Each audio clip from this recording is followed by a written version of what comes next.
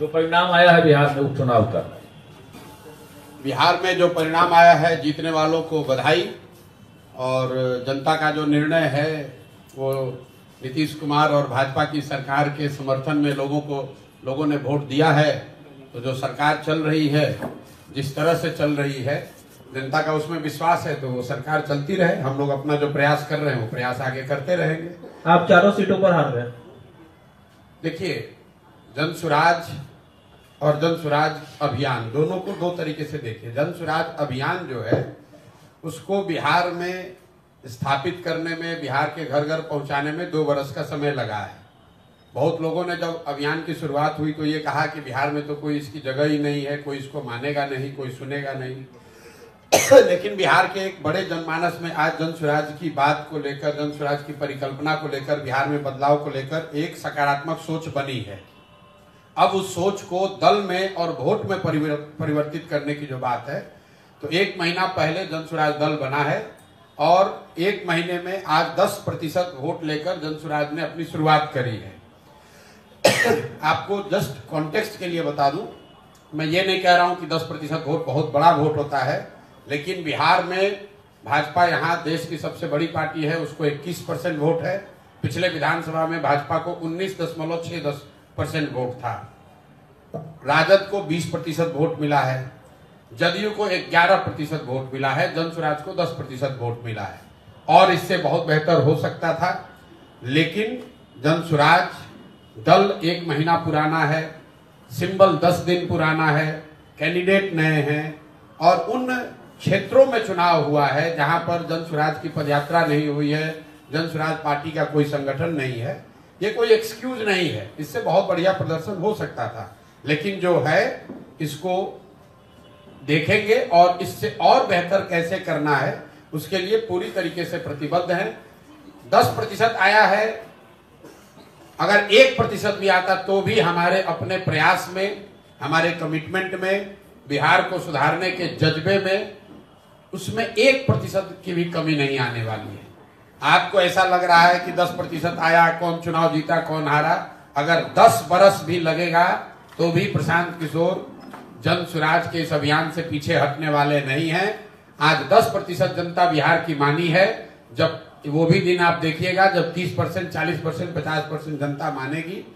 और तब जब तक नहीं मानेंगे तब तक जन सुराज का और प्रशांत किशोर का ये प्रयास उसी तरीके से निरंतर, उसी ईमानदारी और शुद्धता से चलता रहेगा, उसमें कहीं कोई किंतु परंतु नहीं है। प्रधान जी, मेरे भाई ऐसा है कि 2 ही पर दिख रहा है, 2 पर तो फिर हम 2 पर तो कंटेस्टेड सीट में उसमें 25% वोट मिल गया।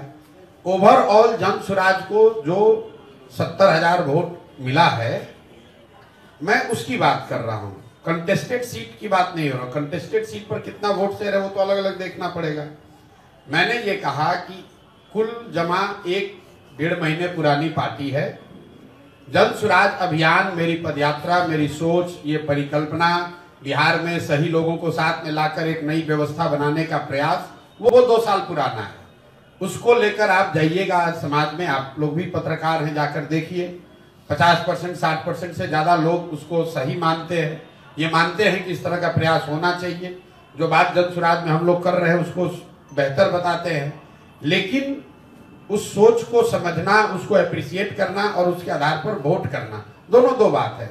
वोट तब होगा जब दल की उस तरह की संगठन की व्यवस्था होगी और जो लोग जन सुराज के परिकल्पना से प्रभावित हैं या जुड़े हैं, उस सोच से जुड़कर वो वोट भी करें। उसके लिए और बेहतर प्रयास करने की जरूरत है। और इसको अगर मैं समअप करूं तो ये दल की ओर से मेरी जिम्मेवारी है कि दल को सफलता मिले। मेरे अकेले की जिम्मेवारी नहीं है, लेकिन अगुवा होने के नाते मेरी जिम्मेवारी है, तो मैं उसकी जिम्मेवारी ले रहा हूं। अगर 10% वोट आया है तो वो अपेक्षा से कम है, उसकी जिम्मेवारी प्रशांत किशोर की है। इस 10 को 40 करने की जिम्मेवारी भी प्रशांत किशोर की है। ये बात मैं आपको बता रहा हूं कि उसके लिए मैं पूरी तरीके से प्रतिबद्ध हूं। मैं एक कदम भी पीछे हटने वाला नहीं हूं। ये 1 बरस में हो या 5 बरस में हो। एक और अंतिम बात, लोकतंत्र में अभी आपने साथ में किसी ने पूछा महाराष्ट्र और झारखंड का, अभी महाराष्ट्र में जो कांग्रेस, एनसीपी और उद्धव जी की जिस शिवसेना ने भाजपा गठबंधन को 6 महीना पहले धूल चटा दिया था, आज उसी शरद पवार जी की पार्टी को 9 सीट मिला है, कांग्रेस को 12-15 सीट मिला है। तो लोग, और जो भाजपा झारखंड में एक तरफा जीत कराई थी, आज उनको मुंह की खानी पड़ी है। तो 6 महीना लोकतंत्र में बहुत लंबा समय है। बिहार के चुनाव एक अभी से 12 महीने के बाद है। जन सुराज परिवार से, इस सोच से जुड़े हर व्यक्ति से मैं इतना ही कह सकता हूं कि आपको बिल्कुल एक पैसे भी निराश होने की जरूरत नहीं है। इस प्रयास की ईमानदारी और शुद्धता को बिहार की जनता ने सराहा है, उसको स्वीकार किया है। अब उसको वोट में परिवर्तित करने की जो कवायद है वो अगले 1 साल करेंगे, मेहनत से करेंगे और ज्यादा प्रयास करेंगे। और मेरा अपना मानना है कि अच्छा ही रिजल्ट आएगा। मानते हैं कि प्रधान जी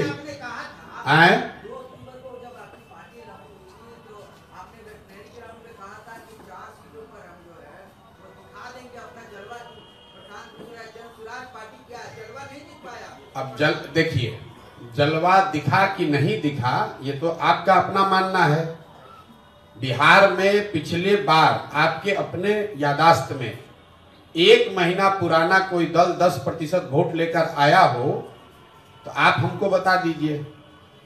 भाई, इस कॉम्प्लेक्स स्टेट में जहां 50 बरस से जाति धर्म की ऐसी काई जमाई हुई है कि कोई यहां खड़ा होकर मुखिया का चुनाव लड़ने का भी हिम्मत नहीं कर पाता है, वहां पर किसी एक नए प्रयास को 10% वोट 1 महीने के अंदर मिला है, तो वो जलवा है कि नहीं वो आप पर है। आप उसका निर्णय कीजिए।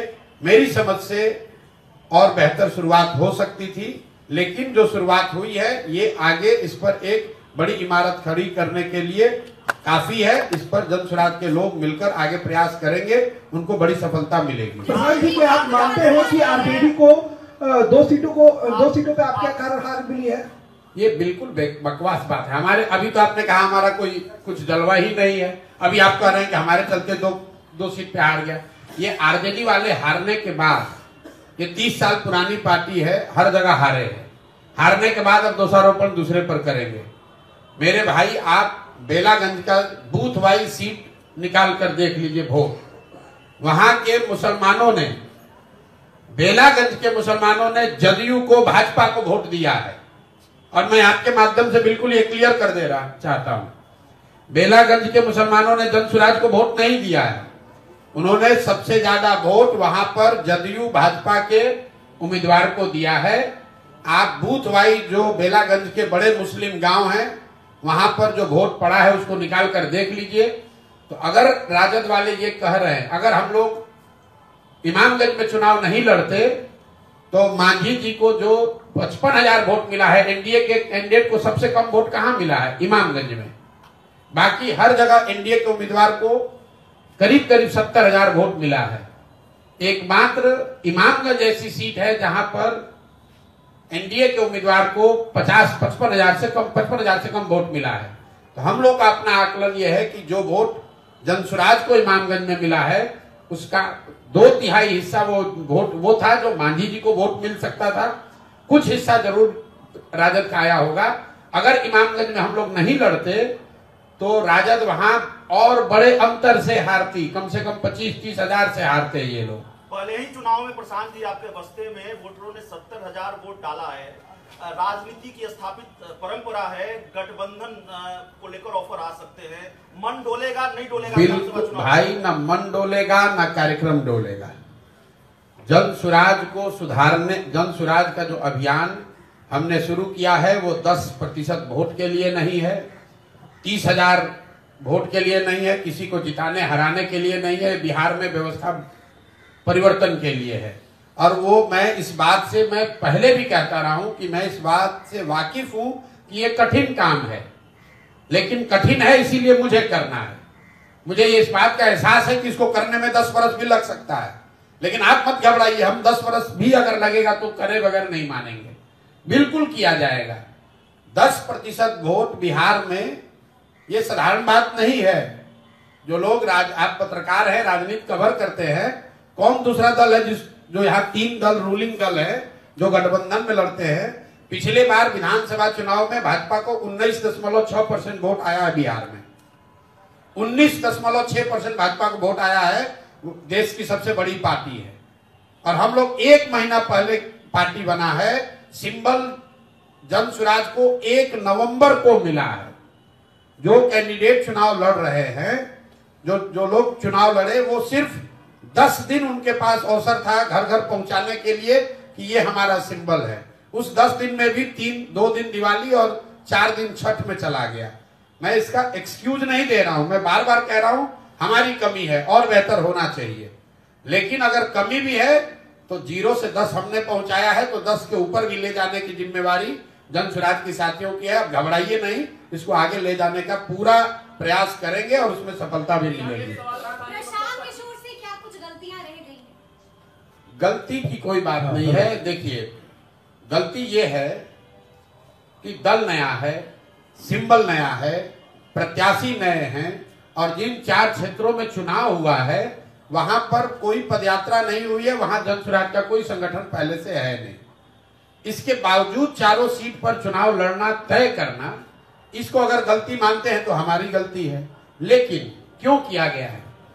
कई बार आप जो अटेम्प्ट करते हैं, जैसे आप मिसाइल कंट्रीज जो मिसाइल छोड़ते हैं तो आप उसमें पढ़ते होंगे कि जब मिसाइल लॉन्च आप करते हैं तो जो मिसाइल लॉन्च नहीं हो पाता है उससे जो डेटा और जो जानकारी मिलती है वो एक सफल मिसाइल लॉन्च के प्रयोग से ज्यादा कारगर है। तो चुनाव ये जानते बूझते लड़ा गया है कि डिफिकल्ट चुनाव है। इन चारों जगहों पर जन स्वराज की कोई संगठन नहीं है, वहां पदयात्रा नहीं हुई है। ये जानते बूझते लड़ा गया है कि ये 4 साधारण सीट नहीं है, ये चारों वो सीट है जहां पर के सिटिंग एमएलए जीतकर एमपी बने हुए हैं। ये वो सीट है जो 30-35 साल से किसी न किसी राजनीतिक नेता या दल का एक तरह से वो किला है। वहां पर जाकर मजबूती से चुनाव लड़ने का प्रयास इसलिए किया गया है कि लड़कर देखें कि इस परिकल्पना को जब राजनीतिक स्वरूप दिया जाता है तो उसमें क्या बेहतर है, क्या खराबी है। अब सारी जानकारी इकट्ठा हो रही है। इसके बाद आप देखेंगे कि जितनी मजबूती से जन स्वराज की परिकल्पना को, अभियान को घर घर पहुंचाया गया है, उतनी ही मजबूती से अगले 3 महीने में जन स्वराज दल को भी, सिंबल को भी उतनी ही मजबूती से पहुंचाया जाएगा, ताकि आने वाले चुनाव में ये दिक्कत ना हो कि लोग सिंबल नहीं जानते हैं, प्रत्याशियों के बारे में नहीं जानते हैं, दल का संगठन नहीं है। उस चीज को अगले 2-3 महीनों में पूरा करने का प्रयास करें। प्रशांत जी, एक सवाल ये है कि आप कितनी सीटों पर जमानत बचा पाए? 4 सीट पर अपने उम्मीदवार दिए थे। भाई, हमने तो ये देखा नहीं है कि कितनी भी जमानत बचा पाए। आप क्यों जमानत की चिंता कर रहे हैं? चिंता आप इसकी कीजिए, आप बिहार के, आप पत्रकार हैं, बिहार के नागरिक भी हैं। चिंता ये कीजिए कि बिहार की जनता को ये लगता है कि जो आज नीतीश भाजपा की सरकार चल रही है बहुत अच्छी सरकार है, उनके प्रत्याशियों को लोगों ने वोट दिया है। ये चिंता की बात है कि बिहार आज देश का सबसे गरीब और पिछड़ा राज्य है और फिर भी लोग उसी दल को, उसी नेतृत्व को, उसी नेता को, उसी दल को वोट दे रहे हैं। चिंता का कारण ये है, जमानत किसका जब्त हुआ नहीं हुआ वो चिंता का कारण नहीं है। ये बात साफ हो गई कि प्रशांत की बात बिहार की जनता मानने को तैयार नहीं है, आप नहीं समझा पा रहे? जितने लोगों को समझाने की जरूरत है उसको नहीं समझा पाए हैं। बिल्कुल, इसमें कहने क्या बात है। 10% लोगों को समझा पाए तो 10% लोग को ही समझा पाए हैं। तो प्रशांत जी, माना जाए कि 25 में आप चुनौती नहीं है, 30 में आप चुनौती आप हमको कब चुनौती मानते थे कि आज नहीं मान रहे? हम तो जब पैदल चलना शुरू किए तो आप लोगों ने कहा बिहार में कोई खड़ा ही नहीं हो सकता है। जब दल बन गया तो भी आपने कहा कोई चुनौती नहीं है। कल परसों, अभी तो परिणाम आज आया है, 5 दिन पहले भी जो विशेषज्ञ कह रहे हैं कि भाई 2-4-5% वोट आएगा इनको, प्रशांत किशोर क्या कर लेंगे। ऐसा तो है नहीं कि कल तक आप हमको चुनौती मान रहे थे और अब नहीं मानिएगा। तो आपके कहने से, आपके मतलब व्यक्ति की बात नहीं है, पत्रकारों के या राजनीतिक विश्लेषकों के टीका टिप्पणी के आधार पर तो हम ये काम कर नहीं रहे। आप अपना काम कर रहे हैं, आपका काम है विश्लेषण करना, आकलन करना, टीका टिप्पणी करना। हम अपना काम कर रहे हैं। मैं आपको ये बता रहा हूं कि मैं अपने संकल्प से, जन स्वराज के इस अभियान से एक कदम भी पीछे हटने वाला नहीं हूं। जन स्वराज 2025 में 243 सीटों पर अपनी ताकत से चुनाव लड़ेगा।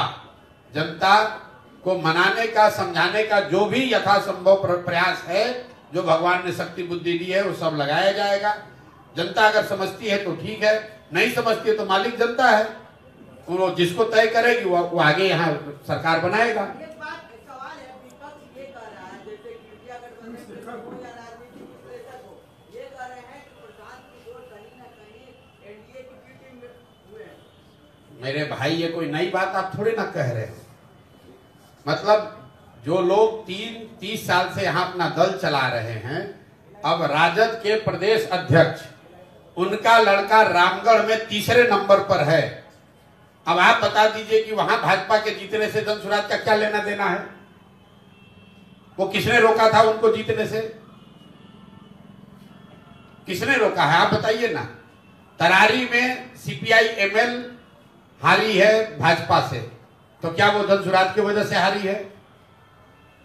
इमामगंज का हमने आपको बताया, अगर इमामगंज जनसुराज नहीं लड़ रहा होता तो ये राजद वाले 5000 से नहीं 25,000 से चुनाव हारते। बेलागंज के बारे में क्या कहेंगे? बेलागंज में जितने वोटों से, जितने आपको वोट मिले उतने ही वोट से आरजेडी हारी, उसके आसपास वोट से। किसने कहा ये बात? बेलागंज में जनसुराज को 17,000 वोट मिला है।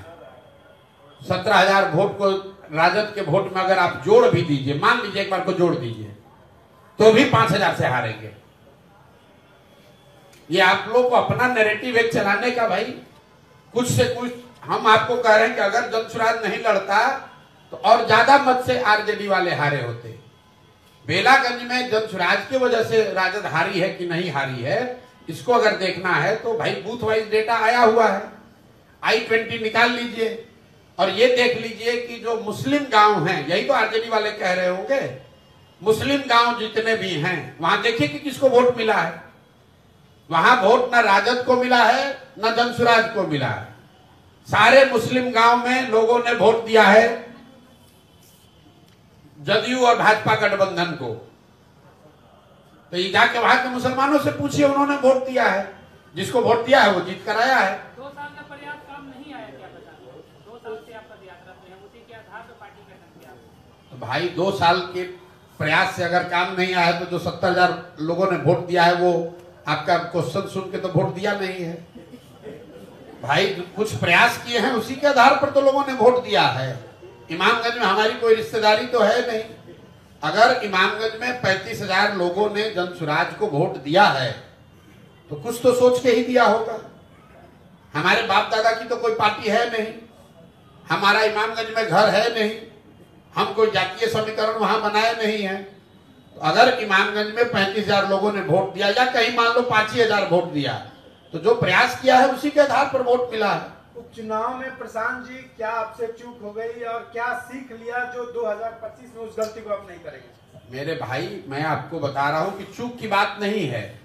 चूक अगर है तो ये है कि 1 महीना पुराना दल है और उसको सिंबल मिला है 10 दिन पहले चुनाव के, और हम लोग का अपना आकलन ये था कि चुनाव आयोग से आपको समय 45 दिन, चुनाव जब 2 अक्टूबर को हम लोगों ने कहा था कि 4 जगह चुनाव लड़ेंगे, तो हम लोग का अनुमान था कि जब भी चुनाव घोषित होगा तो कम से कम 1.5-2 महीने का उसमें समय रहता है, 45 दिन कम से कम रहेगा। लेकिन बिहार में चुनाव 13 को हुए, जनसुराज को सिंबल मिला है 1 नवंबर को। 28 तारीख को प्रत्याशियों को अपना नामांकन वापस लेने का अंतिम दिन था, 1 तारीख को सिंबल मिला है। अनफॉर्चुनेटली वो 2 दिन दिवाली के थे और 3 दिन उसी में छठ का भी निकल गया। ये सवाल ये है कि 243 पर आपने कह दिया कि विधानसभा चुनाव आप लड़ेंगे 2025 में, जो भी शक्ति है वो लगाएंगे। अगर समय से पहले विधानसभा चुनाव हो जाए तो भी 243 लड़ेंगे, जीतेंगे कितने पर? अब भैया फिर वही बात है, मैंने आपको ये कहा कि 2 बरस लगा है जनसुराज की बात, इस सोच, इस परिकल्पना को गांव-गांव पहुंचाने में। इन चुनावों को लड़कर ये देखने का प्रयास किया गया है कि उसको राजनीतिक दल के तौर पर कितना परिवर्तित कर पा रहे हैं। और जो आंकड़े, जो जानकारी, जो अनुभव अभी हासिल हुआ है, इसके आधार पर आप मेरे से मार्च में बात कीजिएगा। मार्च तक दल को इस स्थिति में ले आएंगे कि वो हर जगह बहुत मजबूती से चुनाव लड़ सके। एक सवाल है कि चुनाव से पहले इंडिया ब्लॉक के तमाम नेता यह कहते हैं चुनाव के बाद की हैं?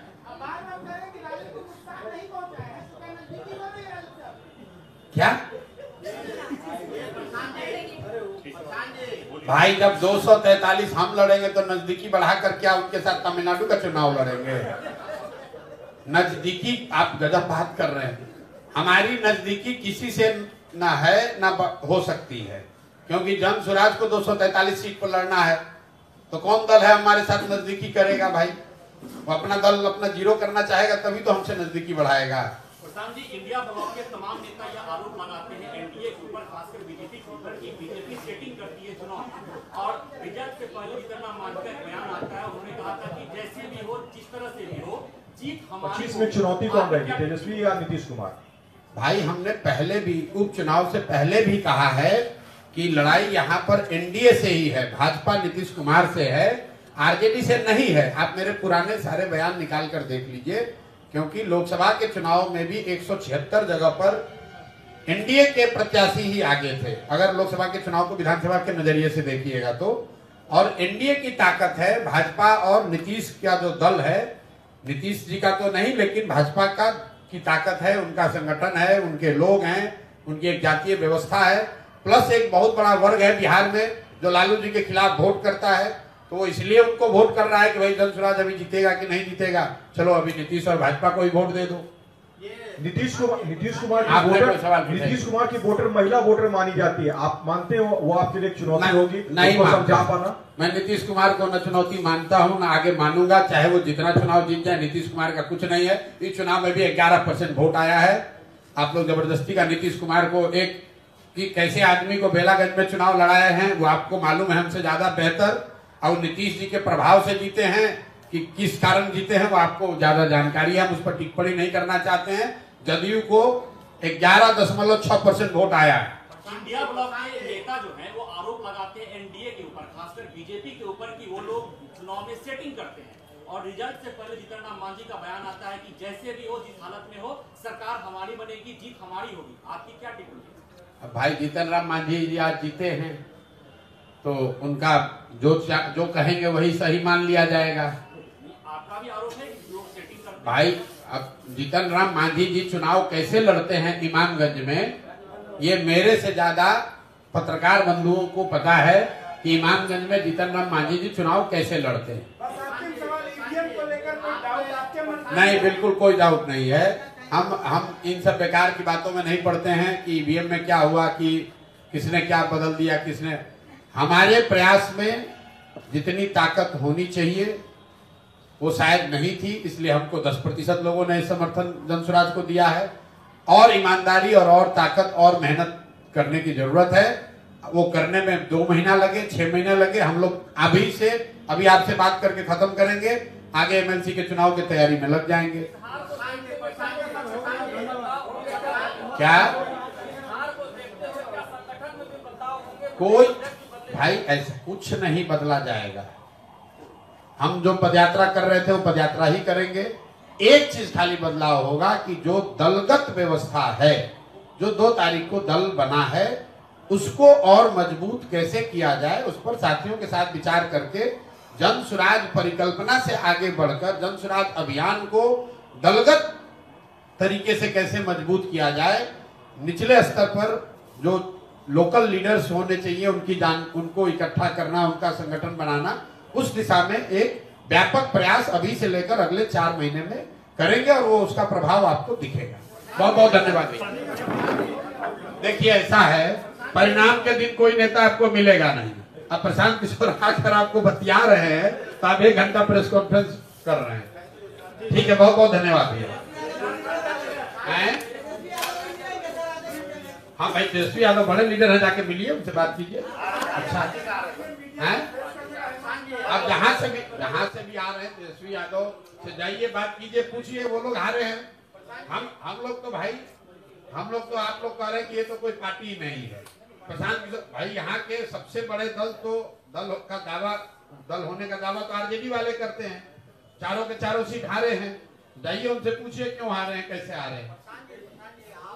और अगर वो ये कह रहे हैं कि हमारे वजह से, जन स्वराज की वजह से हारे हैं, तो चलिए कम से कम इतना तो मान रहा है कि हमारे दम पर हमारे बगैर नहीं जीत पाएंगे। प्रशांत जी, आपने अपने को, अपने पार्टी को, जनसुराज को जनता के सामने एक विकल्प के तौर पर महागठबंधन और राजग के विकल्प के तौर पर पेश किया था जी।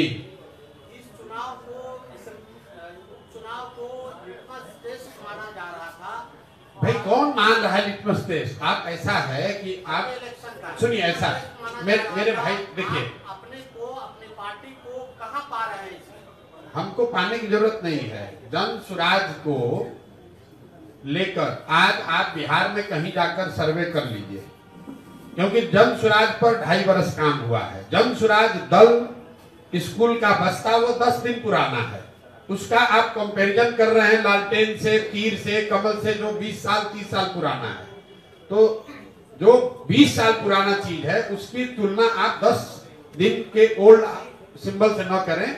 आप 2 महीना समय दीजिए, वो सिंबल घर घर पहुंचने दीजिए, लोगों को अभ्यस्त होने दीजिए कि स्कूल का बैग है उस पर हमको बटन दबाना है। सिंबल की बड़ी ताकत होती है, उसको आप जरा नहीं समझने की कोशिश कर रहे हैं या जानबूझकर उसको ओवरलुक कर रहे हैं। 1 तारीख को आपको सिंबल मिला है, 10 तारीख को चुनाव प्रचार 11 को बंद हो गया, 10 के शाम को। उसमें 5 दिन दिवाली और छठ का निकल गया। उस 5 दिन में इमामगंज में, बेलागंज में, रामगढ़ तरारी में जितना हो सके सिंबल को पहुंचाने का, लोगों को बताने का प्रयास किया गया है। और मैंने आपको पहले कहा कि ये उन इलाकों में चुनाव था जहां जनसुराज की पदयात्रा नहीं हुई है, जहां दल का संगठन नहीं है पहले से, फिर भी दल के साथियों की मदद से चुनाव लड़ा गया, मजबूती से लड़ा गया। आप लोगों ने भी देखा होगा कि वोट चाहे जो भी मिले, बहुत मजबूती से चुनाव जनसुराज ने लड़ा है और इससे 10 गुने ज्यादा मजबूती से हम लोग आगे चुनाव लड़ेंगे, पीछे नहीं हटने वाले हैं। 10% लोगों ने स्वीकार किया है, 20 स्वीकार करेगा, 30 स्वीकार करेगा। आपके सपनों को हमने सजाया है, ई होम्स पैनोरामा को हमने बनाया है। ई होम्स मेरा एक सपना था जिसपे मैं पिछले 4 साल से काम कर रहा था। हमने जो बनाया है वो सबने है माना। ई होम्स पैनोरामा में हो आपका भी आशियाना। और फाइनली हमने 2021 में इस प्रोजेक्ट को लॉन्च किया। बहुत लोग अप्रिशिएट कर रहे हैं कि पूर्णिया जैसे शहर में, बिहार के, एक तो बिहार की बात करें उसमें भी पूर्णिया जैसे छोटे जगह में इस तरह का लाइफस्टाइल देना, ये सुन के हम लोगों को बहुत अच्छा लगता है। ई होम्स में हमने कुछ और भी किया है, जैसे हम जिस जगह में रह रहे हैं हमारे फैमिली सिक्योर हो, उनको सिक्योरिटी का ध्यान में रखा है। आपकी सुविधा और सुरक्षा आपके लिए खास है, ये आपका विश्वास है। इसमें आर्टिफिशियल इंटेलिजेंस का 7 लेयर सिक्योरिटी का हमने इस्तेमाल किया है। लस ग्रीन कैंपस को बनाया है, यदि हमारा बाउंड्री वाल है तो वो वर्टिकल गार्डन है। ये जितनी भी फैसिलिटी होता है एक इंटरनेशनल टाउनशिप में ई होम्स है, ये हम लोग विश्वास नहीं कर पा रहे हैं। जो भी हमारे मित्र दोस्त या जो भी हमारे बाहर के बाहर आते हैं तो हम लोगों को बहुत अच्छा सुनने को मिलता है और बहुत अच्छा क्रेडिट मिल रहा है। वो सारा हमने सिर्फ एक बिल्डिंग नहीं बनाया, हमें एक बहुत अच्छा लाइफस्टाइल दिया ई होम्स में, और मेरा एक सपना था जिसको मैं आज फुलफिल होते हुए देख पा रहा हूँ। ये आपका आवास है। ई होम्स पैनोरामा में अब आपका निवास है। E Homes Panorama, luxurious lifestyle redefined. Panorama Group, जो सोचता है वो करता है। अगर ये वीडियो पसंद आई और वह बिहार के राजनीति और बिहारियत से सरोकार रखेनी तो सब्सक्राइब बटन दबा के चैनल के सब्सक्राइब कर ली। ओजे एगो घंटी बा, ओकरा बटन दबा देला से कुल सटीक और मारक खबर रुआ मुफ्त में मिल जाई। अगर रुआ पत्रकारिता के हमनी के नया प्रयोग में सहयोग कर चाहतानी तो ज्वाइन बटन दबा दी। पेटीएम नंबर नोट कर ली 9386 816 700।